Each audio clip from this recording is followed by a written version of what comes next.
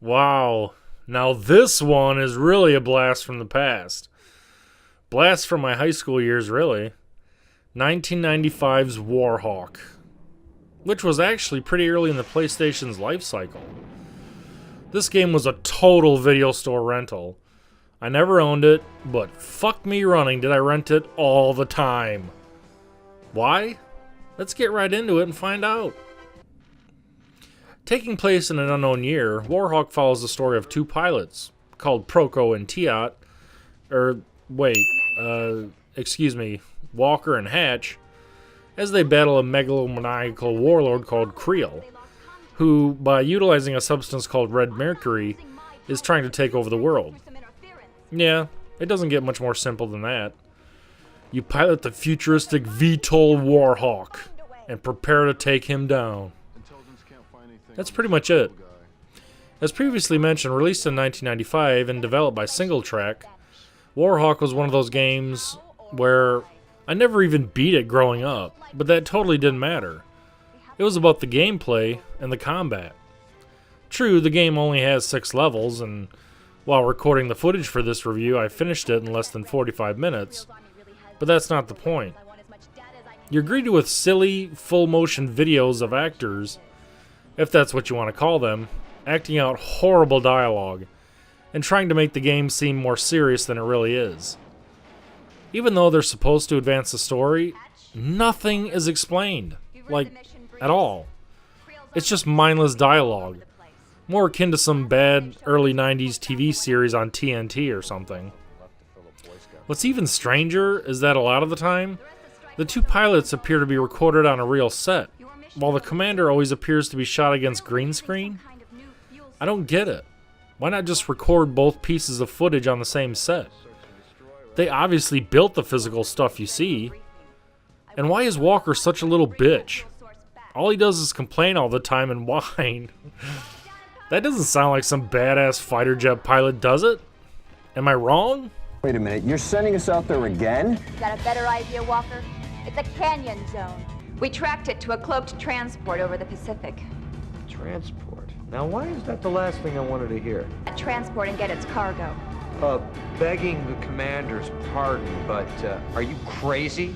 One ship up against a whole transport convoy? How about a little support from the rest of the force? Mr. Walker, you were at the pyramid in the canyon. How many ships did you see come back?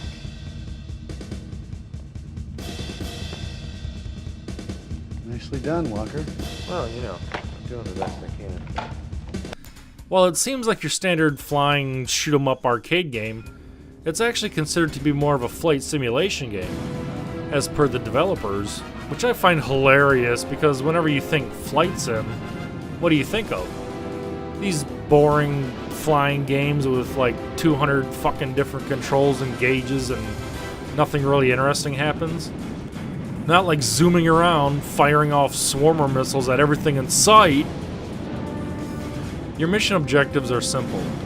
Basically blow everything up on every level and retrieve the red mercury canister on your way to the final boss. That's it. Easy peasy. Enemies come in various forms, from enemy aircraft to turrets to even submarines. In a somewhat strange move, the game still uses a password system, instead of saving to the memory cards utilized by the PS1. I'm not entirely sure why SingleTrack did this, but I always found it really strange. The graphics are on par for what one would expect from an early PS1 title. Yes, things are severely polygonated, but it's cool. Adds to the nostalgic charm.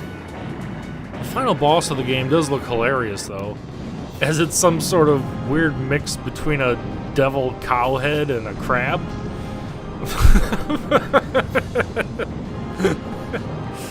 Gotta love early 3D games. They didn't know what the fuck they were doing. Blow the evil cowhead up and the game ends. It actually has a few different endings based around certain things that happen during the course of the game, but I have no idea what those are.